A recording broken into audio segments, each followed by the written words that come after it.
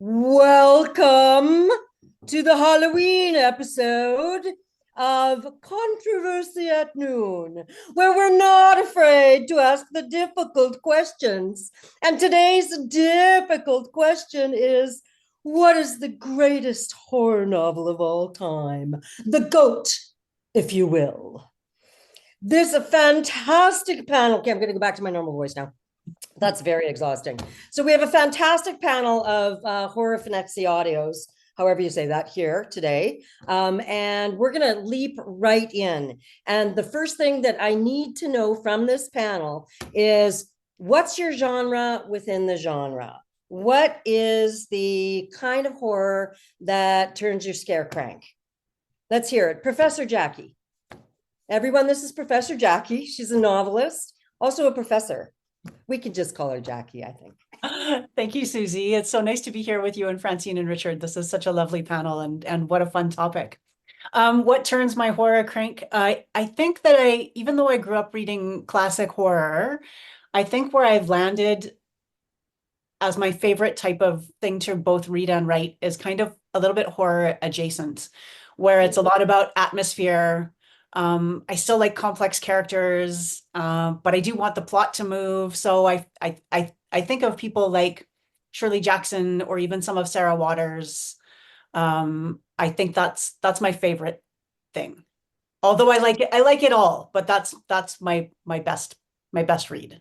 Like, I'm getting kind of a gothic vibe. Is that what you're into, the gothic? Yeah. Yeah. Me too. Did you read Mexican Gothic? I did. Yes, that was a fabulous book. Okay. Yes, yes. Okay, Francine, let's hear it. Francine is a short storyist, a teller of tales. I'm just, sometimes I write words and sometimes they're scary. I would say like what turns my scare crank. I think sometimes definitely like I'll go into the monster realm, but what really, really gets me is real people who are faced with choice and they choose the one that like destroys their soul. They make that choice and they have to live with it. You can feel it inside of them that it's ruining them. And it's horrific. That to me is where true horror lies. I love that. Can you give us an example?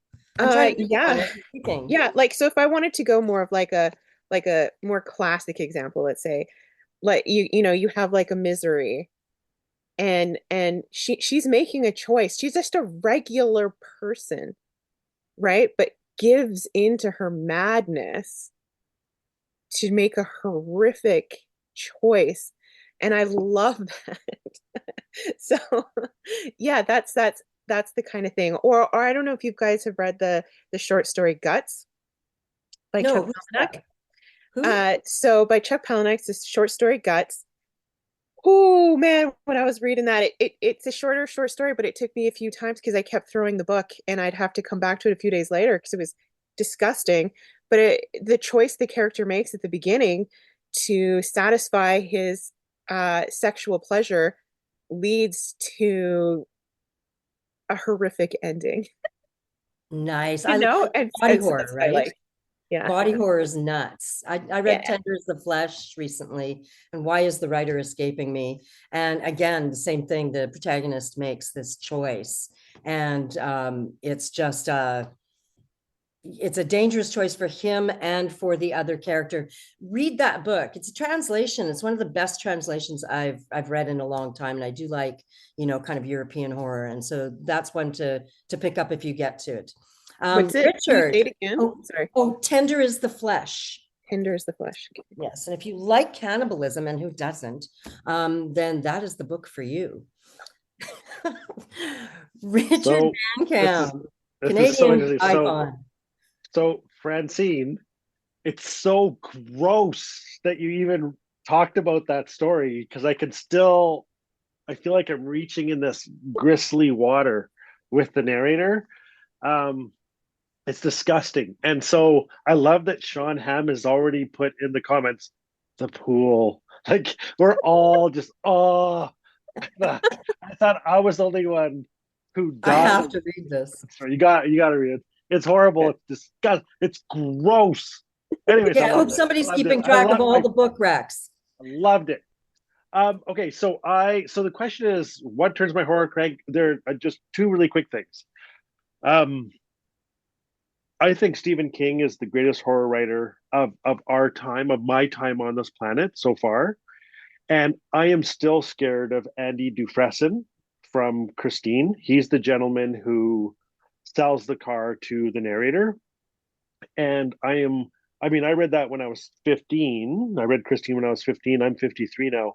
I'm still scared of that character because I have met several Andy Dufresnes on planet Earth.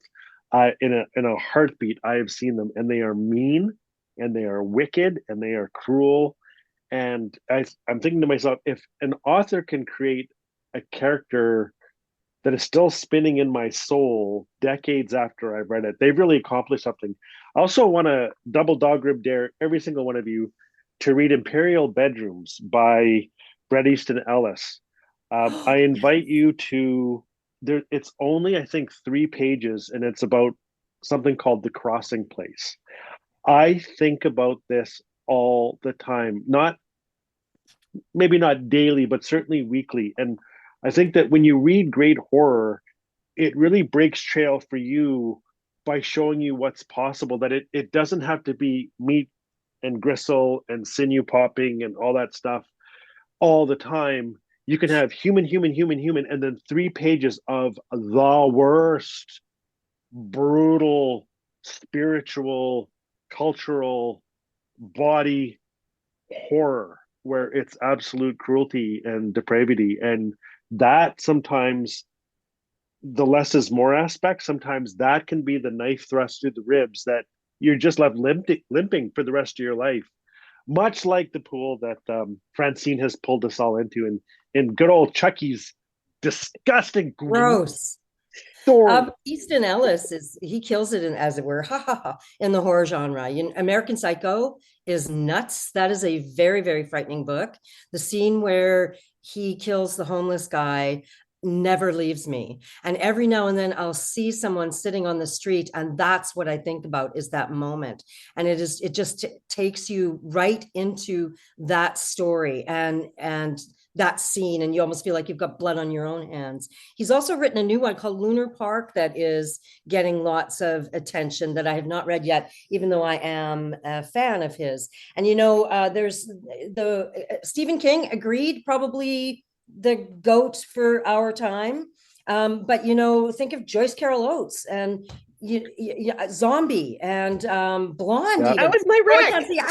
Zombie. Yeah, but I was like, that's the Zombie. one I'm going to recommend to everyone. Oh, Yeah. that book is nuts. It's so Brutal. scary. Tell us what you Brutal. liked about it. Well, I mean, it was just when I picked this up, I was reading it in the summer on a beach, thank God. But I had never encountered a character like that before. I had never been inside the mind of a character so intimately that it chilled me to the core. And I felt like I immediately, when I put down that book, I had to try writing a character like that. I was like, I just got to give it a try. Like, I didn't even know we were allowed to do that. So I immediately wrote a short story trying to get into in a character like that. And I scared myself with how dark I went. And I was like, I have the capacity to think these thoughts. Like it was kind of like it broke me open in a really cool way, that book. I completely agree. And she can do that like nobody else. She wrote a book called Blonde. I'm sure you're all familiar with it. I've not seen the movie, so let's not talk about that. But she depicts Marilyn Monroe or Norma Jean throughout it. And Norma Jean is clearly mentally ill and getting more and more mentally ill as the story goes on. And it's every time I would put that book down, I would feel crazy. Like I would feel like that was my mental health struggle. And she's a master. I just read Butcher, and she's got another new dark one coming out that I can't remember the name of. So Jackie, what's your ride or die? As a single writer? Like Yeah, like you're I mean, I do agree with Richard that Stephen King is certainly a great horror writer and certainly the most successful of our time. I think that Pet Sematary, I'll probably never get over having read that as a teenager. I was trying to think as you were talking about a book that I read. It was just like a dime store paperback horror novel, late 70s, early 80s. And like Cemetery, it was about a child who had died and came back. And I feel like it's called The Moon Child, or it was it still haunts me. Does anybody know it? Have you? Someone Google that, the Moon Child. Yeah, Hmm. I it mean, was that so was terrifying. the 70s, late 70s, early 80s was Yeah, absolutely a golden era for so horror good. novelists. Yeah, I mean, we lived on a farm, and we'd go to the nearest town, which was Medicine Hat, maybe once a month. And my mom would let me to go into Woolworths, and we didn't have a lot of extra money, but she'd let me pick out one paperback novel from the metal racks, and it was always a horror novel, and she was always really disappointed that's she just didn't understand it. But if somebody can think of that one, or if you even write to me, because I would love to know who the author of that was. It's just gone. I can picture the cover. It was a boy, a child, and he was all blue, and then the background was indigo, and it was very scary. The Curse of the Moonchild. ooh, Who was the author, Sean? Do you have it handy? come on, Sean, we're counting on you. Okay, one sec. You know what, those drugstore paperbacks was I probably where most of us got our introduction into horror. For me, it was Stephen King, and I think I'm always torn. As a very young person, the scariest one to me was Salem's Lot. As an adult, it was The Shining. But what King does so well is that he takes just us and puts us in an absolutely extraordinary, untenable situation. I mean, one day you're going about your day writing a book about the Marston House, and the next thing you know, the place is flooded with vampires. And so, how would the average person deal with that? As it turns out, not very well. But same with The Shining, right? Here's these guys, they're loaded for bear when they set out. They've got marital problems, they've got addiction issues, they've got a small kid who's got, something wrong with them mentally. And then they go to this place, and like he says, that he always says, is that evil's like a battery, and it needs something to charge it. I mean, those two books for me make him the GOAT, but we don't have to decide on those. I wanted to say that I went looking to see what was the greatest, according to the evil interwebs, what was the greatest horror novel of all time. And I can tell you that on the list, on the list from Forbes, there's a lot of classics, right? They even mention probably one of my very first true loves, Anne River Siddons, The House Next Door. Anybody familiar with that? Anne River Siddons was not a horror writer. She wrote from the perspective of a neighbor. House Next Door was newly built, and she tells the story of the three families that go and live in there, and the house is clearly haunted. And so when I read that, it was a revelation to me. This was pre-Stephen King. It was a revelation to me that something so ordinary and so new could actually be haunted. So that, I think, brings us into the 20th century. And so what was it about the 20th century that awakened, if you will, horror? Because I think if we look back, this is the time of horror, 20th century, 21st century. Thoughts? Richard, come on, you'll have something to say. What turned the 20th century into the horror era? I have no idea. I want to hear from Francine. I want to hear from Jackie. That's it. I mean, I don't know. I think I was trying to think about stories that were scaring through the times. Like I don't know if I can exactly answer your question, but I'll try to answer it in a roundabout way. But so I mean, you have stories like Frankenstein, obviously. Um, you have those types of stories that when you read them now, they're not really that scary to me, anyways. Um, but I can guess how they would be scary back in the time. And then I think like we hit a period where we were really documenting like the atrocities of war. I think we like hit a period where that was like, I think of that film. Have you guys seen it, called Come and See? It's absolutely horrifying, and it really shows how truly evil like World War II was, right? From the eyes of a young child. And so I think there was like a time when we were sort of documenting true evil. And then um and then we came to this point in literature where we could kind of go back to documenting monsters. And I think it was maybe as a way to come away from like the true evil that humanity was witnessing so often, and sort of like taking away the fear of what we actually have done, and putting it back into scary monsters that we all kind of know aren't real, you know? So I think it was us actually like a way to like soothe, self-soothe in a way. So that's what I can think of. And I can think like right now, uh it, the world at large is so racked with, you know, moments of true evil still.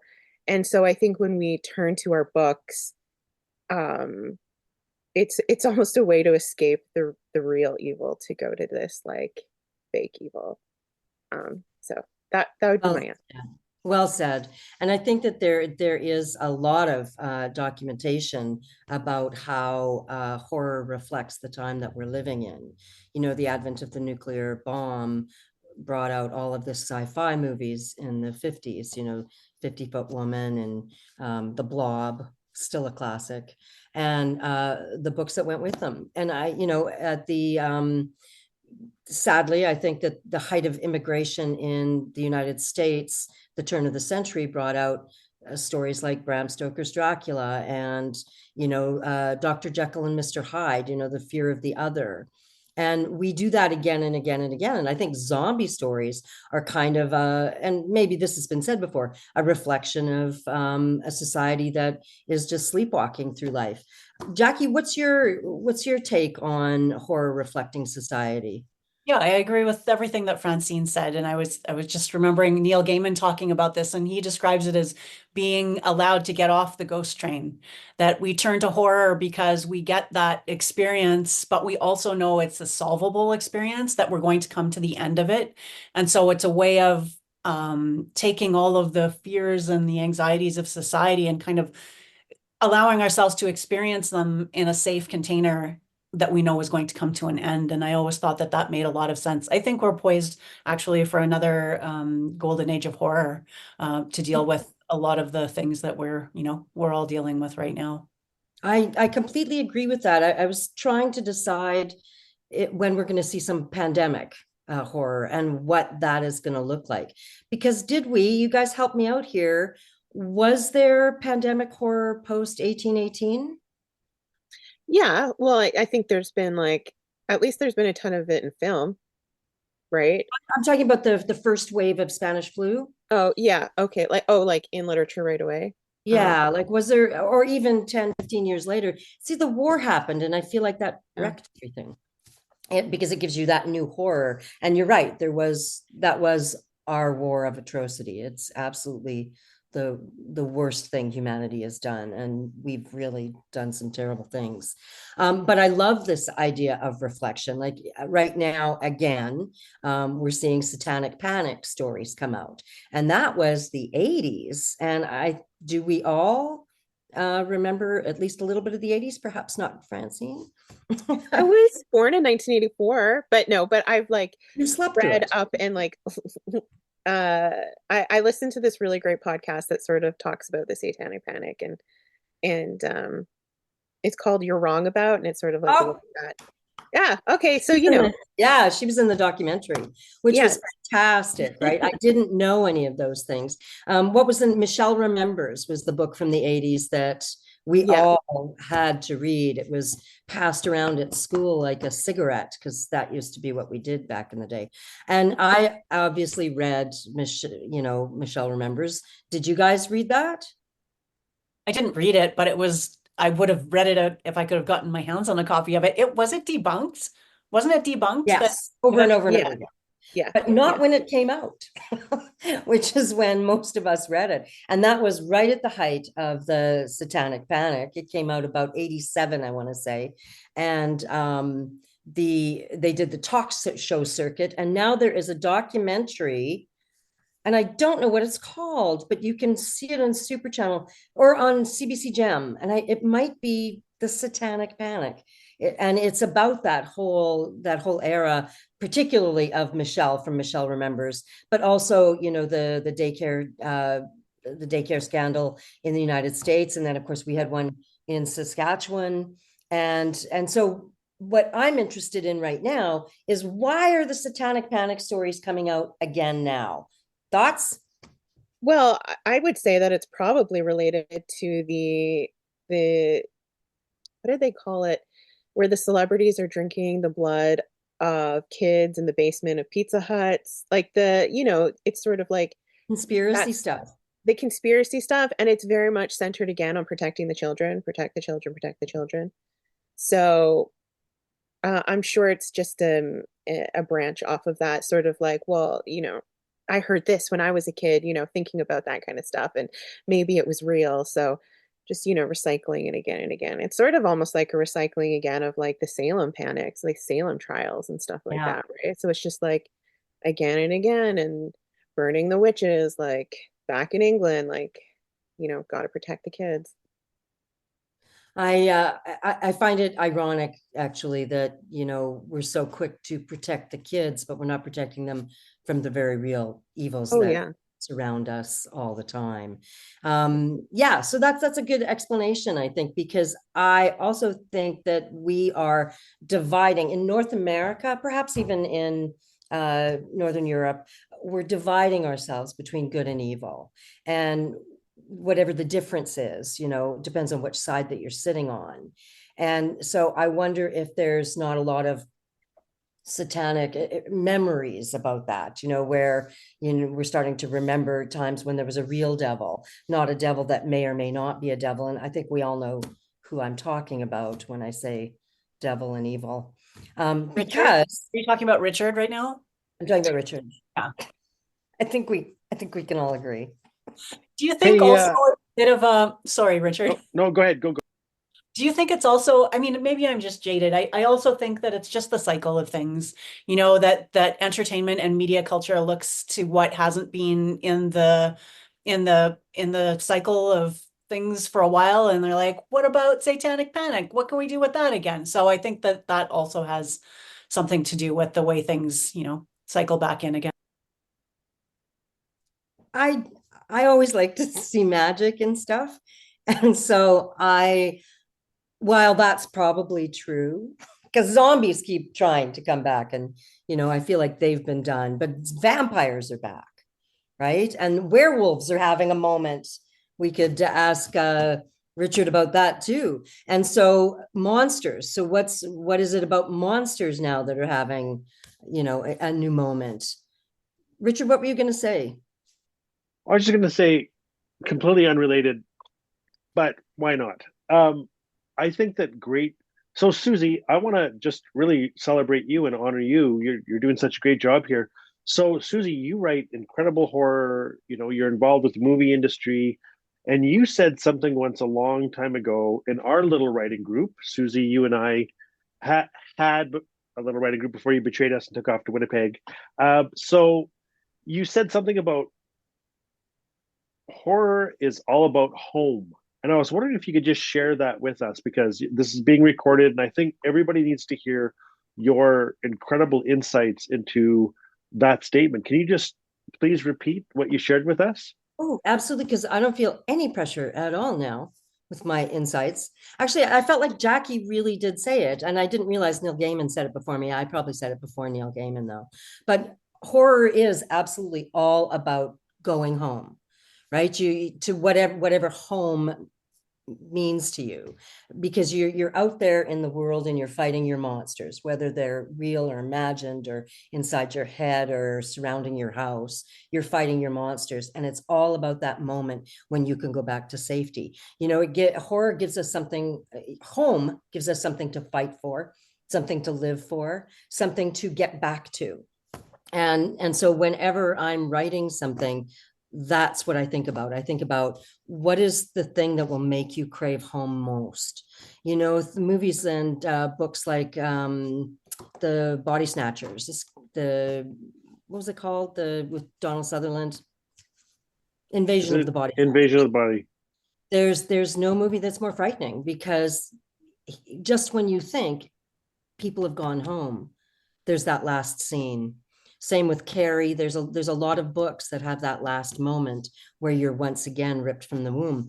And that's what makes it so brilliant. Like Jackie said, Neil said, that I probably said first. It's it's that safety, that thing that makes you want to get the stake and pound it through the vampire's heart.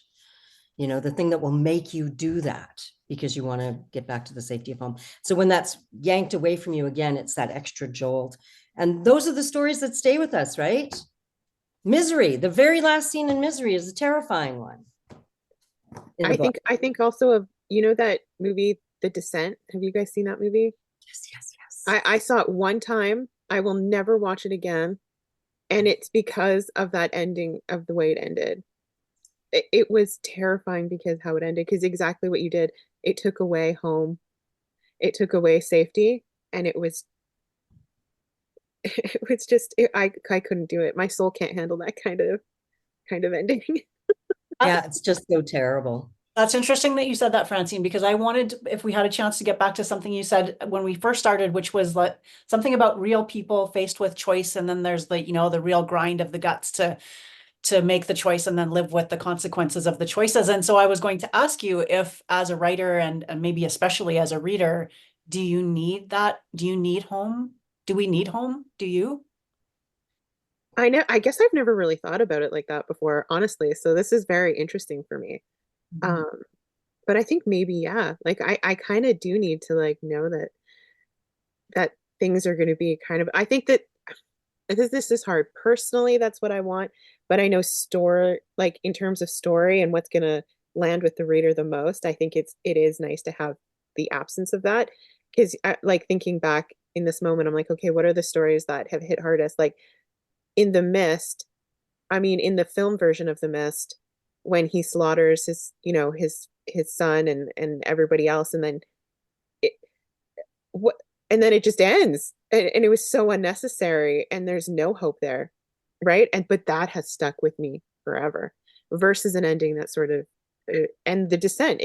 She didn't get out after we thought she got out, and it scared me. So I think that if I wanted to write a story that actually scared an audience, I would not give in to my like human inclination to have everything be okay and have them go home.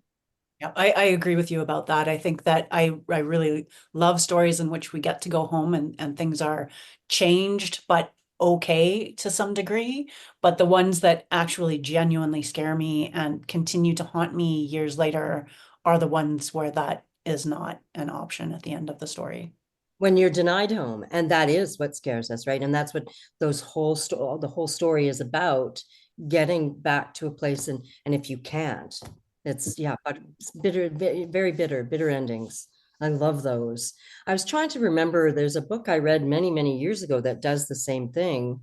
Carrie, the book, does it better than I think the movie. The movie has that great jump scare at the end, and sorry, spoilers, everybody, if you haven't seen Carrie, then I don't care. When the hand comes out, that's a great jump scare. But I think in the book, it's just that her presence is right there in the rubble of the house. Now I can't remember. It's been so many years since I read it, but it's more frightening somehow because it's an agreed upon idea in the book. The whole neighborhood knows that this presence is never going to go away, and and so yes, everything's scarier when you think you can't really defeat it. Yeah, I think that it's like, I think what like so I think we should talk a little bit about like the campy slasher. Like, Yeah. right? That's like a thing, right? Right? Because in the campy slasher, a lot of the times it's like, I mean, everybody dies, uh, except for usually you have the hero who makes it to the next movie or the next one. Um, but what I really like, so have you guys seen Cabin in the Woods? Oh yes. Right? And it was just like they didn't defeat it. There was no hero. Everybody just died. And the monsters were allowed to rise. And I think for me, that's my favorite slasher because it subverted that in such a huge, huge way, in a way that would be done in like that more classic, actual scary horror way, but done in a very comedic way. And because I love a good slasher, I'm there for it. Because I like to laugh too. I think good horror also has like a lot of humor in it, and that's like more the vein that I go in my writing. Um, but yeah, I don't know. I just wanted to bring up that whole genre as a thing. No, for sure. And you know what? The books of the early 80s were very violent. That's what they were about. And King himself has said, if you can scare them, if you can't, gross them out. And what he's talking about is visceral kind of body horror. I just saw The Substance. Has anybody seen it? It's takes feminist, it puts it on a stick and it hits you over the head with it, and that's okay because it does it sort of tongue-in-cheek, or it's very aware that it's doing that. But body horror wise, it's got a fantastic scene where the older version is giving, I don't know, Are spoilers. you giving us spoilers? I really want to Okay, see I it. won't. Please don't rob me. Please do not. I won't, because it really should be seen. It should be required I viewing. want to. I want to. So can we just send some love to Sean? Because Sean is in the chat, and I think Sean, you're unpeeling. Like your body is being unpeeled because we open. Sean shows up. He's having a great day. Hey, let's see what this is all about. And then Francine opens with the Chuck story, and the first comment is the pool. Oh, I can feel it. So let's just scroll down a little bit, and then Sean. So we're ruining poor Sean's day. So we're talking about the descent was great, Sean. Oh God, that ending. So Sean, we're sending you love, nothing but love, love, love, even more love, sparkly love. Yeah, and the ending of Sleepaway Camp, I think about all the time. So growing up in Fort Smith, Northwest Territories in the 70s and the 80s, I think we were pirating every station in the whole wide world. So we had Super Channel, Movie Channel, the new TNN. And so we were watching Friday the 13th and Freddy and Sleepaway Camp and Humanoids from the Deep and Tin Drum and just everything, right? So you're 7, right? And you're watching this because it's just on, right? The 24-hour clock, they didn't care. It was just everything was on. So I think to this day, everyone like me who's 53, we have a pop culture shared vocabulary, a shared inheritance. So I can say, what about the ending of Sleepaway Camp? And people are just like, dude, I think about it all the time, right? Or, the ending of Pet Cemetery, or fill in the blank of everything. But I just want to say that I think that great horror crosses lines, especially as writers, creators of horror. We have to cross lines, and we have to cross lines that have never been crossed before. And I think about Drew Hayden Taylor's novel, The Night Wanderer. It's a vampire novel. And when I finished it, of everything he's written, that's my favorite. And I remember just being able to say on tour, how did you do it? How? Tell me. And he just said, and I don't want to speak for Drew, but I will say this because I think it just benefits everyone who's going to see this. And I really want to honor Drew. And he knows I hyperventilate thinking about the novel all the time, but he said he read everything he could in that particular genre, and he hadn't seen the moment that he brings in the first chapter when the vampire shows up at Tiffany Hunter's house. He'd never seen what happens between these two in anything he'd ever written, anything he'd ever watched, and he brought something new to the genre. So anyone who wants to write horror, you're going to have to cross lines. You're going to have to read what's out there in that genre and think, what am I bringing to the table that the world has never seen yet? And I think that great horror, like, Imperial Bedrooms by Bret Easton Ellis, those 3 pages about the crossing place, which will haunt me forever.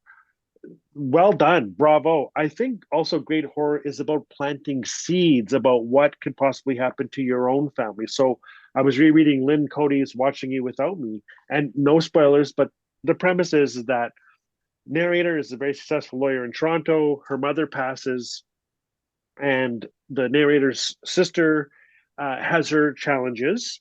And she goes back thinking, well, now that mom's gone, I'll just put my sister in a home that can take care of her. Everything's okay. I've got money. I've got the time. I'll be back in 2 weeks. And what she realizes is that a home care aide that was assigned to the mother's house before she passed to take care of the mom and the sister has absolutely infected and poisoned that life. And so she's walked into a mystery. And I think that Lynn Cody, just to honor her, really stumbled on our greatest fear as the sandwich generation, because as our parents live longer, right, we are that generation that we have to end up taking care of our parents. That the genius of Watching You Without Me by Lynn Cody is that this could happen to all of us. A home care worker could come in and vampire and infect our most vulnerable, and that's the beauty. So I think that Lynn plants the seed in every reader, like, who's taking care of my parents if I'm not going to? Can they be trusted? It's brilliant. I hope you read it. I'm reading that one. That sounds fantastic. I'm going through that myself. I think that there is a fear in everyone sort of around our age, and Francine, eventually you'll get here too, where you will have to take care of parents, and there is an element of body horror to that. I'm also doing a vampire story that's very similar. Because of course vampires don't age. It was done beautifully with Let the Right One In. And so I'm doing a similar one, historical. It's not so much a scary one. But yeah, like everyday life actually feeds our stories. Isn't everyday life just kind of like a series of seeds? I feel like we're getting a little bit away from our big bad question though. What is the greatest horror novel of all time? So I thought I'd read you some of the list from Forbes. So this is what Forbes considers, wrongly, to be the top 10. White is for witching, which, oh no, sorry, pardon me. Number 1, oh, we should start from the back, shouldn't we? We should. 10, Something Wicked This Way Comes, Ray Bradbury. It's classic. Everybody read it? I don't know if it's scary. It's scary when you're 10, though. The House Across the Lake by Riley Sager. I do not know this book, but it's literary, and I think that it's got an alcoholic actress in it, so you can't go wrong there. I just finished it, Susie. Oh, how is it? I just read 3/4 of it. And you did. I'll leave it there. Okay. Carrie and Comfort, Dan Simmons. Dan Simmons is a good writer. Very kind of, writes about a certain era. And also The Terror by Dan Simmons, 2 back-to-backs there. That's pretty good. Dracula, Bram Stoker, number 6. I think what we do with Bram Stoker is more important than what he has done, based on the novel by Stephen King. See that? Ghost Story, Peter Straub, very scary, very scary. The Strangler by William Landay, 2007. I do not know that book, but it is a mystery thriller based on the real Boston Strangler story. Number 3, It by Stephen King. Everybody's so scared of that book. That one didn't scare me very much. Oh, number 2, and this is where I think we're getting wrong. We're getting in the weeds here. It's Frankenstein. Now, the idea of it's scary, right? Creating life from nothing. And number one, take a stab. Francine, what do you think number 1 is? I don't have no idea. Something that I've never by heard Susie of. Maloney. Just kidding. I can just say any words. Scary. I don't know. It's going to be a book I've never heard of, I'm assuming. No, it's a book everyone's heard of. Oh, all right. The Stand? No, but close. Ooh. Jackie? Give us a clue. I hope it's Shirley Jackson. Nope. Tuh. Richard, it's the Shining. I'm just It's giving The it away. Shining. Oh, okay. Which is my pick. That's my pick for the number one scary one. So that's what Forbes thinks of us. So in a little while, we're going to go right to the people, and we're going to do what the Goodreads list is. But first, I'm going to open it up. I want all of the folks listening right now to quickly jot down in the comments what they think that the GOAT, the greatest of all time horror novel is. And I think that we should all go around and say what we think it is. So everybody knows mine. I said it was The Shining. And Forbes agrees with me. And Forbes is all about money, so I don't know, maybe that's what they're basing it on. So what about you, Jackie? What do you think is the greatest? I find that a very hard question always to answer. I love them all. I have so many, I have so many loves. It's very hard to pick just one. And I think that I think that it's hard because greatest is a word that's problematic. Is it the one that scared me the most? Is it the one that I think is the most beautifully constructed? Is it the one that's haunted me all this time? Is it the one that first, made me want to read more horror as a child? Those are all different things, and I love all of those things. Um, Certainly one of my all-time favorites that I think is an underrated one, and someone's just mentioned it in the chat actually, is Shirley Jackson's We Have Always Lived in the Castle. I think it's not given as much love as that book is due. I think it's very beautiful and very chilling, in a quieter way. It was the pick, it was in the top 10 on the Penguin list. Oh, okay. And I was surprised to see that because I loved it too. It's The Bad Seed was there, another one that I read when I was a little kid that was really, really scary to me.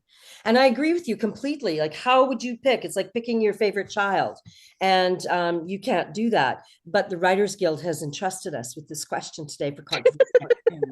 And so we must choose and make choices, or else something evil will befall us all. I mean, what if this is Okay, real? picked off one by one.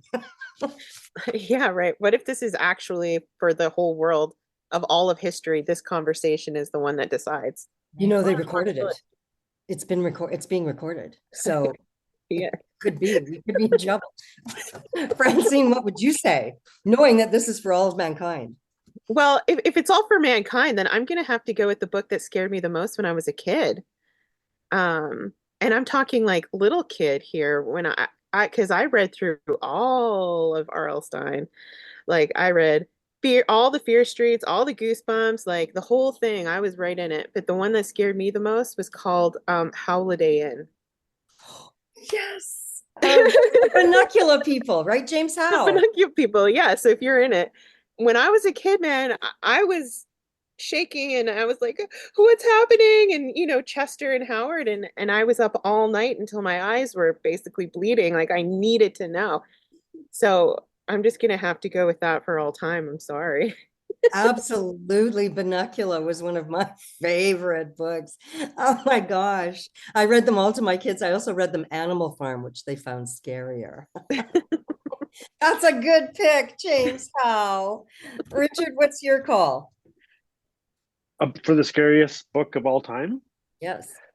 Ooh, well, I think Listening. everybody knows that I think Imperial Bedrooms by Bret Easton Ellis, that it really haunts me. I literally think about The Crossing Place all the time, and I'm really grateful that I read it. I think it again gave me permission to cross lines in my own work, but it's complete depravity in 3 pages that just I've never read anything like it.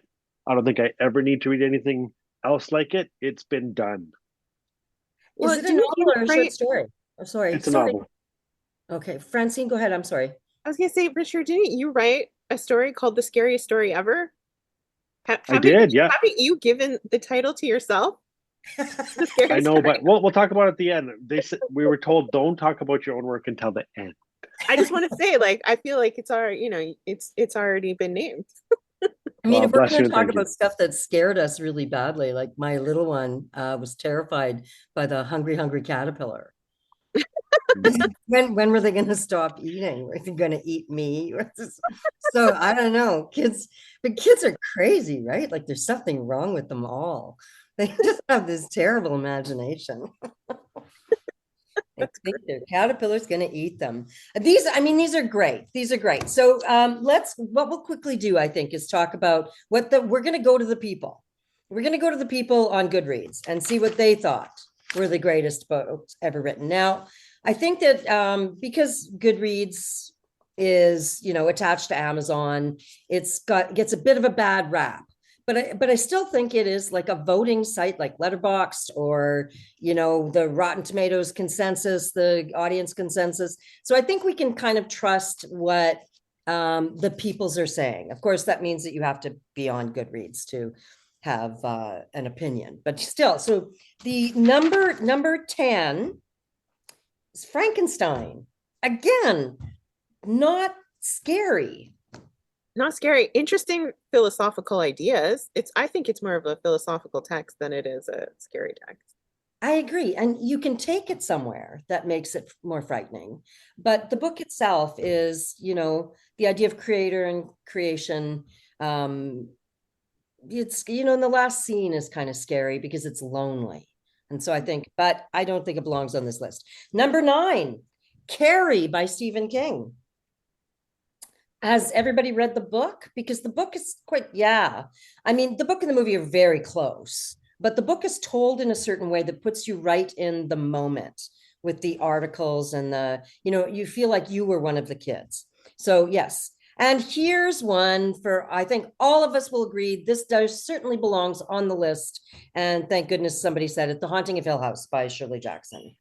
Very, very frightening book, right? Agreed? So number 7, The Exorcist. Again, I read that when I was way too young. Also scary. Number 6, Misery. Yes. Again, though, nothing supernatural, really.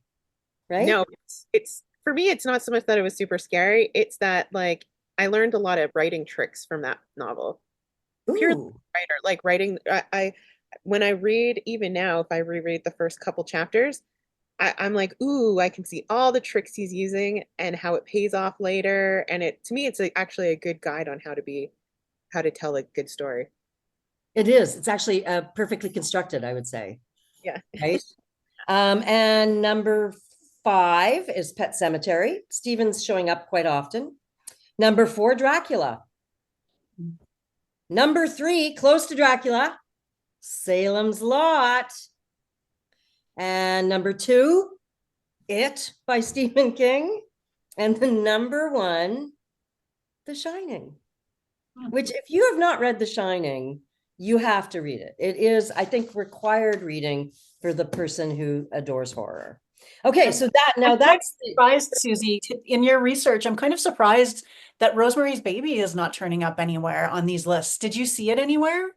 I did not. And like some of these lists were like 50 greatest novels. And so it shows up on those lists, the longer. But in my opinion, because it's a great book. And the book is letter perfect to the film. So if you've only seen the film, you've read the book. But Ira Levin writes such clear, sparse prose. It is just perfect writing. He's a fantastically economical writer. And so it's a joy to read. And it is absolutely terrifying. And so, but same, with Spiral or Sliver, the Boys from Brazil, like Ira Levin is another guy that people should read, and he's kind of fallen off the lists now these days. Okay, so we only have a few minutes left. I want to see what the folks said. So let's see here let's go way back up. God, that ending. Okay, so let's go further than that. The Night Wanderer. Oh, I see. This is part of the list. Watching Without You, loaded question. Cozy Horror, both those. Dan Simmons. Okay. Pet Sematary got another one. Turn of the Screw. PC is the scariest for me, not the greatest. PC. Does anybody know what PC is? Leslie, can you tell us what PC is? I don't think I know that one. Pet Sematary. Cemetery. Oh, it's not spelled with a C though. It's spelled with an S. That's why it threw me. On the book title was spelled with an S. Okay, I got it. Leslie. A book named Bella that I read as a kid. It was so scary. A creepy doll found in an abandoned house. Okay, that's too scary for kids. Can't pick. British naval Arctic indigenous horror. Then The Terror, hands down. Again, another Dan Simmons book. The graphic novels by Emily Carroll. Guest in the House and Through the Woods. Rosemary's Baby. Dracula's pretty creepy because of when it was written. Okay, these are great. These are absolutely great picks. I don't know if it's getting us any closer to the greatest of all time, which, as you know, the Writers Guild has put the onus on us to choose that. But just before we make a choice, I think that we should all say what we've written as horror. And I'll go. My new book, or I'm just a part of this book. It's called The Anthology. All of the stories in here are stories about Anne of Green Gables. Mine is a horror story. That's the badassest Anne you'll ever meet. Okay, Leslie, what do you got for us? Oh, sorry, did I say Leslie? Oh, Francine, I'm so sorry. I'm looking at the feed. I have to close the feed. There we go, Francine. That is my name. So I have a book of dark horror, scary short stories, and my like blur thing is going to be weird, but it's called God Isn't Here Today. I'm trying to do it really fast. You can see it. So it's called God Isn't Here Today, and it was recently translated into French. So if you speak French, you can read it. I personally don't, and I can't pronounce the French translation of the name actually. So that's not great, but it's really good. And I've been hearing from French speakers that it's very scary and the translation was really good.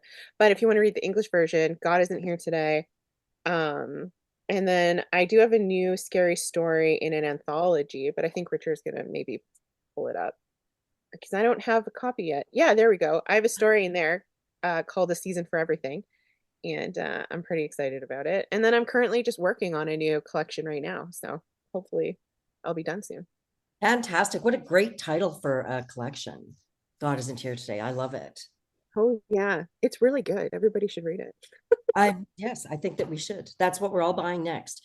Richard, since you're bookending here, let's. Well, I'm really proud to be published with Francine. I'm a big fan of her work, and this just arrived in the mail 2 days ago. It's an anthology of horror published by Kikadons Press.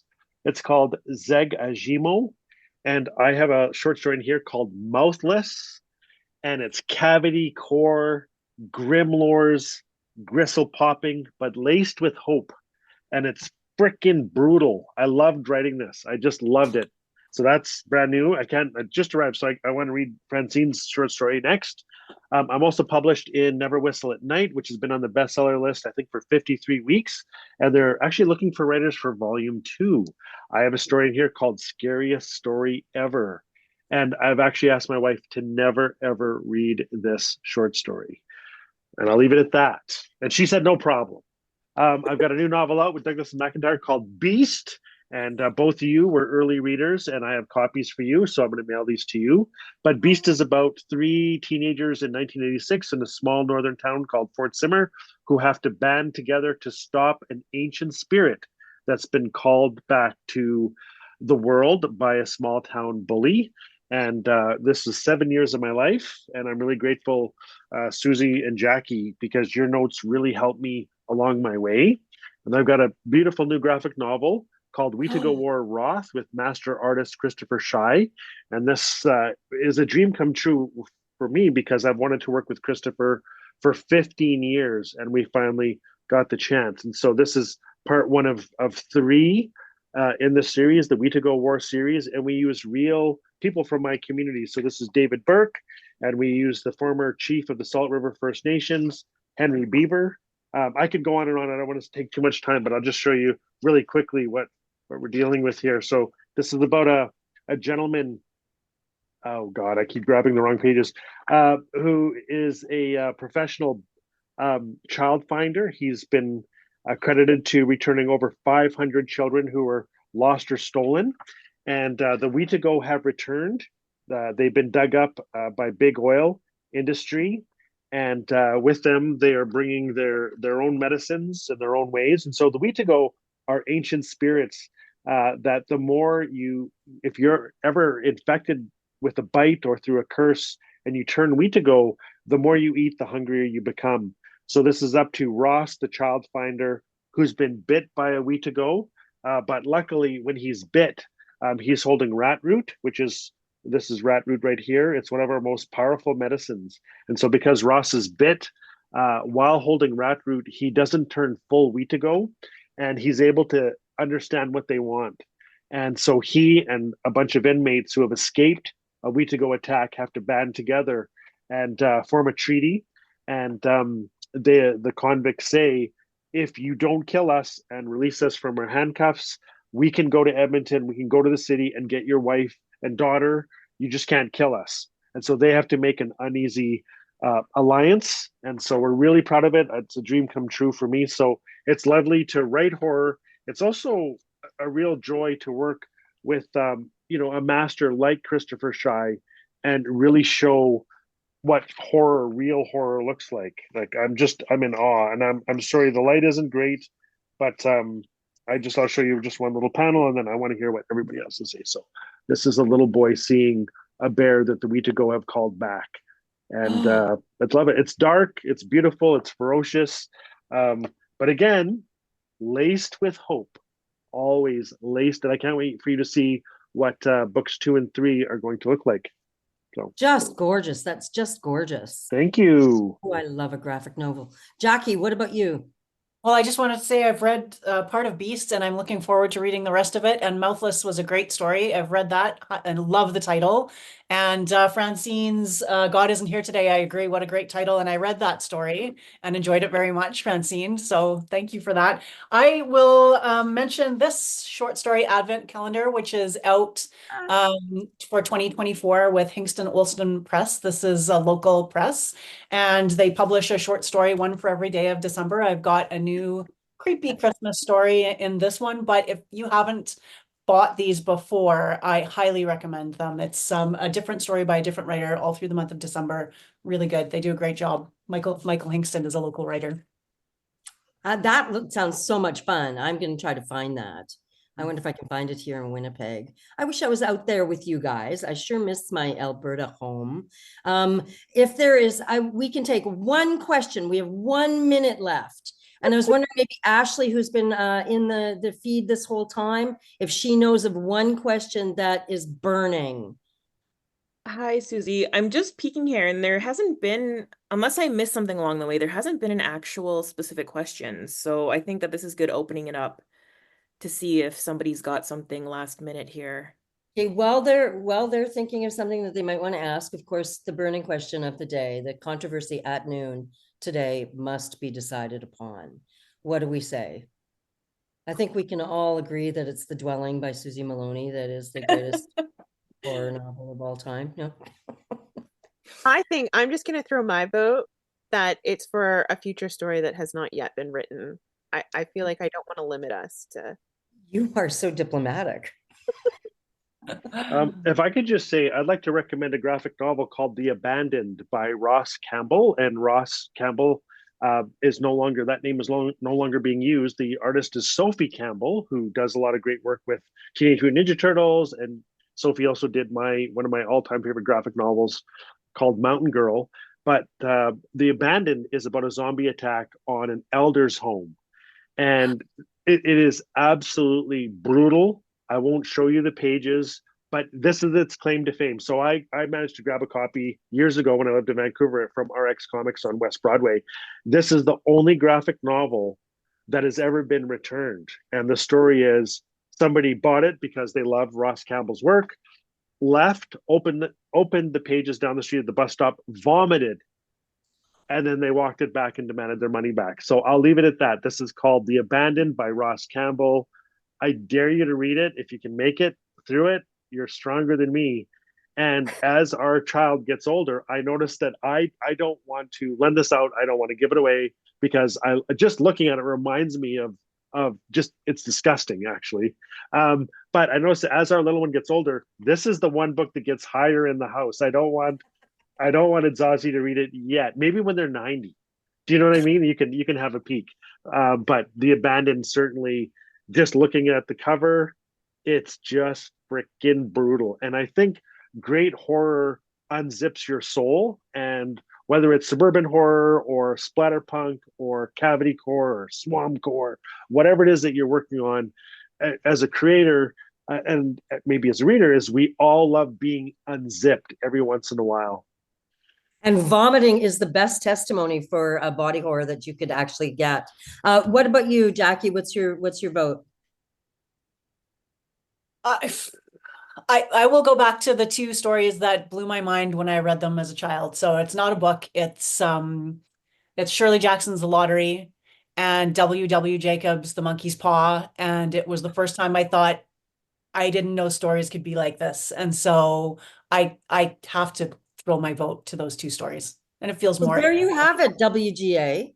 You asked us for one, and we gave you look, 4 or 5. Like, we gave you a lot, and I feel like that means we've done more than done our job. More than done our job. I'd also throw like to this. This is my second reading of My Heart is a Chainsaw by Stephen. I always get his name mixed up. Stephen Graham Jones, fantastic novel. This is my second read of this one.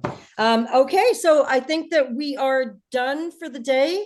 We had Sean Ham has a question. Do we have time to let Sean, did you? question? Because he's really borne a lot this session. Sean, we love you, brother. What's the question? Hello, can you guys hear me? Yeah. Oh, okay, cool. Actually, no, it's more of a comment and a throwback to Susie. You were talking before about what would be like a pre-pandemic horror story. Do with that? Yeah. So the only one that comes to mind that would kind of fit the bill, I think, is Mask of the Red Death, in terms of actually, making a horror out of virology. But then we don't really actually get germ theory making big advances until about 1901-ish. So that's kind of why all of a sudden we get a slow trickle into this sort of, now it's all the zombie has to bite you and it's viral. Before that, it was always more the folklore mysticism of Haitian voodoo. So it kind of seems like the science just wasn't there yet. That's pretty That was cool. it. Sorry, it was more of an anecdote than the question. No, but what a great observation. That's right. There was no science. And maybe as science became more something that we were using in our everyday lives, maybe that's why science fiction became a thing right around the 30s there, as it became more known. This was the best panel I've ever worked with. I love everybody in this panel so deeply. And thank you, Francine Cunningham, Jackie Baker, Richard Van Camp, and all of you wonderful people who came and gave up your lunch I hope you ate while you listened. And that's a wrap on Controversy at Noon. Thanks, Susie. That's our going out music. Thank you guys Francine. so much. Thank you, Jackie. Francine. Bless you all. Happy